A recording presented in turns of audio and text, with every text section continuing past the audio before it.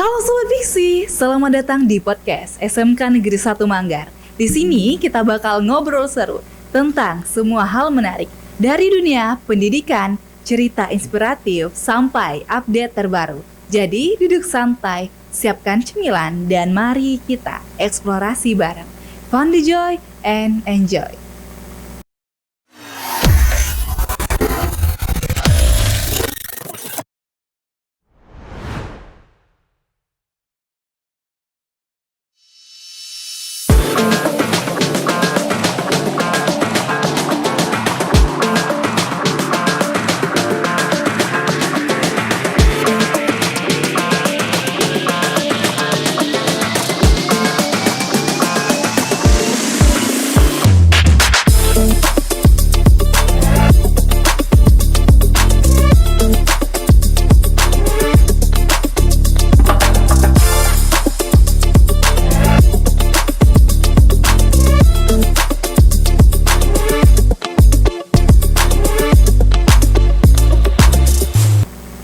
Hari ini kita kedatangan tamu yang mungkin masyarakat Kabupaten Belitung Timur tidak asing lagi dengan beliau. Siapa dia? Ketua DPRD Kabupaten Belitung Timur. Selamat datang Bapak. Selamat datang, selamat pagi. Selamat pagi Pak. Terima kasih sudah diajak di SMK Negeri 1 Manggar. Sama-sama di Pak. Podcast. Gimana Pak kabarnya hari ini? Alhamdulillah kabar baik. Tadi setelah upacara semangat ini ya kan? Semangat. Oh, tadi habis upacara? Upacara di ini kan jadi pembina upacara, jadi langsung ke sini ya ngeliat anak-anak muda kan jadi tambah semangat. Iya, jadi tambah semangat ya Pak. Gimana nih kesan Bapak pertama saat datang ke podcast SMK Negeri 1 Manggar? Saya datang jadi pembina upacara di SMK Negeri 1 Manggar ini udah yang kedua. Oh, udah yang kedua.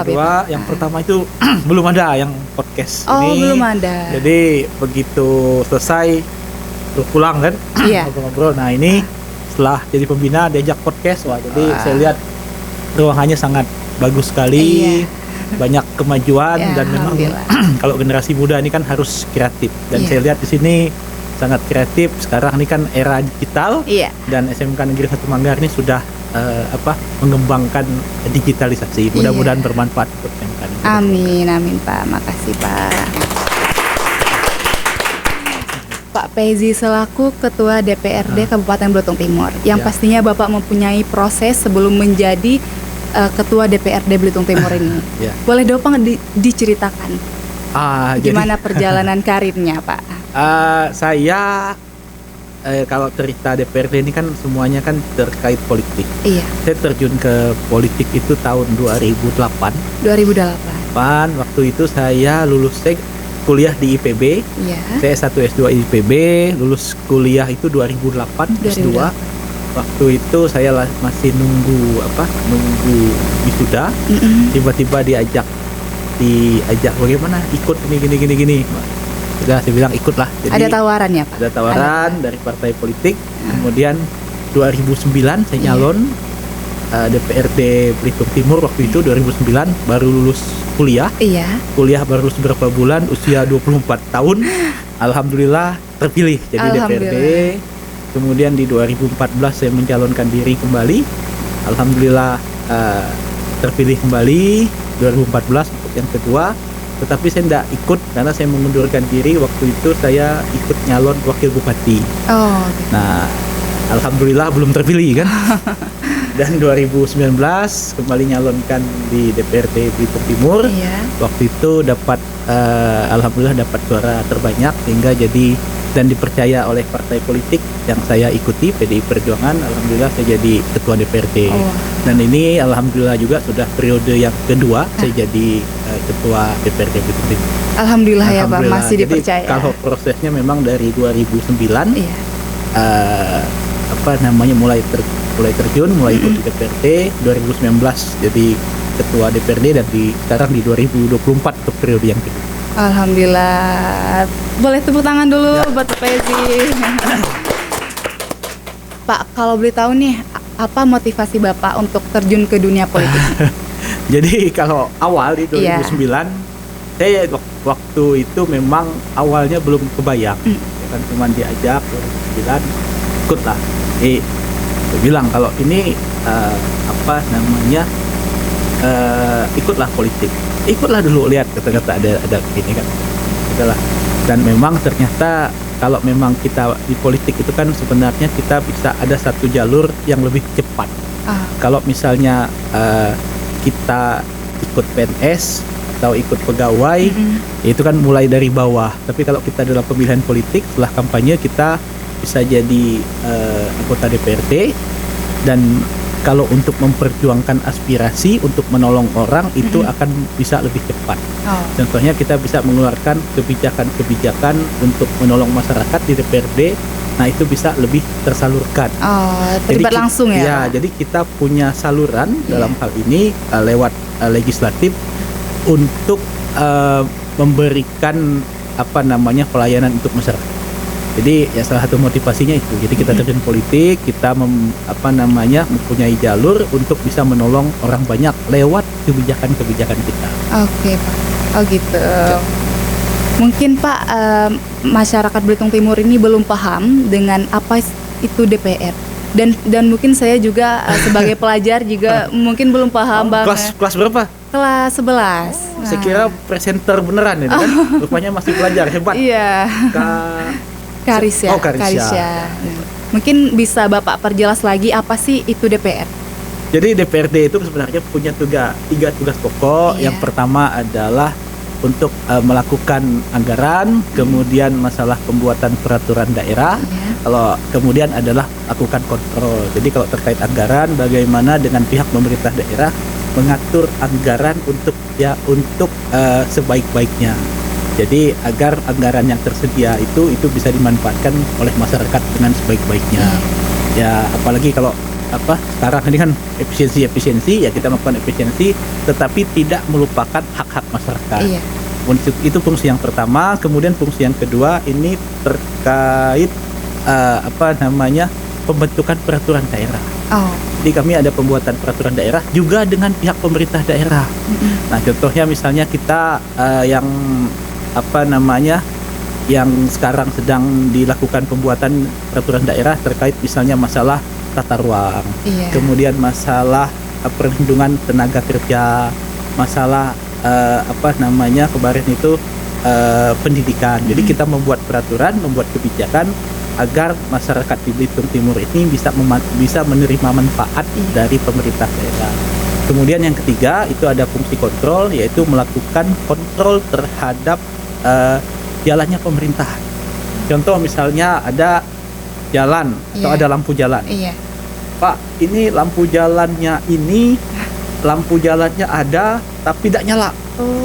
Ada masyarakat sampai ke kita. Jadi kita sampaikan kepada dinas perhubungan, Pak, ini ada laporan masyarakat bahwa lampu jalannya mati. Kemudian ada juga, Pak, ini ada pelayanan di rumah sakit, ini ada yang tidak optimal. Itu bisa kita lakukan juga, sampaikan dengan pihak rumah sakit, ini ada apa nih terkait BPJS dan lain-lain. Jadi itu fungsi controlling. Jadi kita ini ada 3 fungsi, yang penganggaran, budgeting, kalau bahasa kerennya budgeting kan. Kemudian legislasi, pembuatan perda, dan terakhir melakukan kontrol. Kontrol. Jadi masyarakat ini mengadu dengan Bapak. Apa permasalahan yang ada di Kabupaten Belitung Timur ini bisa diatasi? Jadi gini, jadi kalau terkait aduan, kita di DPRD ini harusnya tidak ada jarak dengan masyarakat. Saya untuk nomor handphone, ya pertama kan kalau sekarang kan apa-apa kan bisa orang via WhatsApp atau segala macam. Intinya adalah kita bisa lebih terbuka. Kayak nomor handphone saya berikan saja kepada masyarakat dan tidak ganti-ganti dari dulu. Sehingga kalau masyarakat mau ngadu ya langsung saja mengadu dan kami bisa langsung meneruskan kepada dinas-dinas terkait keluhan-keluhan masyarakat. Oh gitu, Pak. Jadi jangan ada begitu kita jadi DPRD ini jangan dihubungi ada susah jarak ya, Pak. Jadi kalau intinya adalah bagaimana masyarakat bisa menghubungi kita bisa menanggapi masyarakat. Nah, sebagai ketua DPRD nih, Pak, pastinya Bapak mempunyai tantangan nih. Selaku ketua DPRD, apa saja sih, Pak? Ya, memang kalau terkait tantangan, semua pekerjaan ada tantangan. Jadi apalagi kita lihat bahwa di DPRD ini kan politik, kadang-kadang orang lihat politik ini bikin sebagian orang menganggapkan wah ini politik ini bikin orang pusing atau tanda kutip misalnya kurang baik lah atau sebagainya. Itulah salah satu tantangannya, bagaimana mengatur, kami kan di DPRD itu ada 25 orang, bagaimana kami mengatur kebersamaan ini biar bisa menghasilkan suatu kebijakan. Dan memang kalau cerita DPRD ini kami juga tidak bisa bertindak sendiri, harus dengan pemerintah daerah. Jadi tantangannya bagaimana mengharmonisasi ini agar pemerintahan ini bisa berjalan dengan baik. Jadi kalau terkait tantangan, kita lihat bahwa kalau di DPRD itu kan ada 25 orang dan tentunya pemikirannya itu 25 kan beda-beda. Itu jadi, beda-beda tugasnya, Pak? Jadi kalau kami di DPRD itu ada komisi. Kami ada namanya alat kelengkapan. Jadi ada komisi 1. Komisi 1 itu terkait kegiatan terkait hukum dan pemerintahan. Komisi 2 itu terkait ekonomi dan pembangunan. Komisi 3 itu terkait kesejahteraan sosial. Jadi nanti di bidang masing-masing itu urusannya beda-beda. Jadi kalau komisi 1 itu terkait masalah mitranya terkait pemerintahan, camat, desa itu komisi 1. Jadi kalau nanti ada permasalahan terkait pemerintahan, jatuhnya komisi 1. Kemudian komisi 2 itu ekonomi, ini misalnya dinas PU, kalau ada jalan, kemudian perhubungan itu di komisi 2. Komisi 3 ini kesejahteraan sosial, ini rumah sakit, kemudian sekolah-sekolah, termasuk SMK ini kan mitranya di komisi 3. Tapi kalau tidak salah, kalau SMK ini kan di provinsi, bukan kami di kabupaten. Gitu. Nah, jadi ada masing-masing. Kemudian kami juga ada badan legislasi. Badan legislasi itu untuk membuat peraturan daerah. Kemudian juga ada badan anggaran, tadi terkait fungsi untuk melakukan penganggaran. Kemudian ada namanya badan musyawarah yang mengatur jadwal-jadwal kegiatan. Dan terakhir ada namanya badan kehormatan. Apa itu, Pak? Badan kehormatan ini kalau ada anggota DPRD Belitung Timur yang mohon maaf agak kurang baik, itu bisa dilaporkan ke badan kehormatan namanya. Itu bisa nanti ditegur diperingatkan oleh badan kehormatan. Jadi ada pengawasnya. Kalau di SMK kan mungkin BK kan? BK. Kalau ini badan kehormatan. Jadi juga di bidang politik tuh ada pengawasan gitu, Pak? Ada, ya harus ada lah. Kalau tidak boleh tidak ada pengawasan kan? Iya, benar sekali, Pak. Nah, bagaimana nih DPRD mendukung pendidikan khususnya untuk SMK Negeri 1 Manggar agar melahirkan generasi yang siap kerja maupun kuliah, Pak? Jadi salah satu mendukungnya ya kami di DPRD ini salah satunya kan hari ini datang ke sini kan sebagai pembina upacara. Ya intinya walaupun memang kalau SMA ini adalah ranahnya provinsi, tapi SMK Negeri 1 Manggar ini adalah masuk di Belitung Timur. Oleh karena itu kami juga sangat concern terhadap hal ini. Jadi kami juga ada dukungan-dukungan. Tadi juga sudah ngobrol dengan kepala sekolah terkait masalah persiapan bus sekolah. Karena kita tahu di SMK Negeri 1 Manggar ini kan banyak muridnya yang dari jauh-jauh. Dari jauh, Pak. Dari kecamatan lain. Ini kan masuk kecamatan Manggar. Tentunya kita juga concern kadang-kadang anak-anak itu kan bangun kesiangan. Kalau telat ya, Pak. Bangun kesiangan, ngebut sehingga kita tidak ingin ada hal-hal yang kita inginkan. Tentunya bus-bus sekolah itu sangat penting. Kemudian kami juga sangat terbuka kalau ada nanti ingin melakukan kerjasama, ada kegiatan-kegiatan yang melibatkan DPRD, kami juga sangat welcome. Kemudian juga kalau misalnya terkait ada usulan pembangunan di SMK, kami ini kan kalau DPRD itu kan ada DPRD kabupaten, DPRD provinsi. Kami juga bisa menyampaikan kepada wakil kami di DPRD provinsi terkait kalau ada ingin kegiatan-kegiatan, penambahan kegiatan baik pembangunan ataupun fasilitas di SMK Negeri 1 Manggar. Intinya ya kita siaplah untuk mendukung anak-anak kita. Karena ya anak-anak kita ini kan generasi penerus bangsa lah, menjadi harapan kita bersama. Boleh tepuk tangan dulu. Nah, kalau boleh tahu nih Pak, apa harapan besar Bapak dalam 5 tahun ke depan ini? Wah, ini visi misi ini ya. Jadi kalau terkait harapan, ya kita ingin agar Belitung Timur ini jadi lebih baik. Kita Belitung Timur ini sebenarnya punya potensi yang sangat besar. Kita punya tambang, kita punya pariwisata, kita punya perkebunan, kita punya hasil laut yang sangat kaya. Iya. Jadi hasil laut kita itu sehari itu berapa puluh ton itu yang bisa didapat dari nelayan. Iya. Kemudian kita juga punya potensi-potensi pantai yang luar biasa. Jadi harapan saya ke depan ini memang kuncinya kami juga berharap agar pemerintah daerah itu, kekalahan Belitung Timur adalah kita tidak punya pintu masuk dan pintu keluar. Apa itu, kita Pak? tidak punya pelabuhan ataupun bandara. Oh. Kalau bandara kan di Belitung. Oke lah, kalau bandara ada mungkin satu pulau ini dapat dua bandara kan. Iya. Ya kan, terlalu dekat jaraknya. Tetapi kalau dari pelabuhan ini sangat penting karena koneksi suatu daerah itu kalau ada pelabuhan itu bisa menjadi daerah yang lebih maju. Iya. Hasil perikanan kita itu bisa diangkut lebih dekat sehingga bisa menghasilkan pendapatan daerah dan juga bisa membuka lapangan kerja. Kemudian kalau ada akses masuk masyarakat luar juga untuk masuk ke Belitung Timur itu juga akan lebih mudah. Iya. Nah, jadi memang harapan saya juga ini memang dengan pemerintah daerah bersama-sama agar bagaimana caranya mengembangkan pintu masuk dan pintu keluar ke Belitung Timur untuk meningkatkan perekonomian. Apalagi sekarang di era efisiensi sekarang ini kan daerah harus kreatif. Kalau kita tidak ada pelabuhan, ya susah untuk daerah itu menjadi lebih maju. Iya, semoga terlaksana ya, Amin. Pak. Terakhir nih Pak, apa pesan singkat untuk generasi muda zaman sekarang nih, Pak? Ya, pesan singkatnya untuk generasi muda ini adalah harapan bangsa. Gunakanlah waktu yang ada dengan sebaik-baiknya. Iya.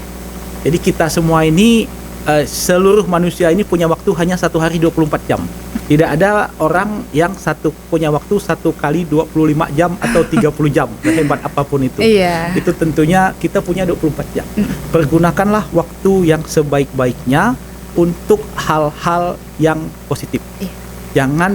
Jangan mudah terpengaruh atau jangan habiskan masa muda kalian untuk hal-hal yang tidak baik. Iya. Sehingga kalau kita melakukan hal positif, insya Allah nantinya akan sukses dan berhasil untuk meraih cita-cita kalian. Ya, intinya jangan sia-siakan masa muda. Iya, Pak. Jangan sia-siakan waktu, jangan sia-siakan masa muda.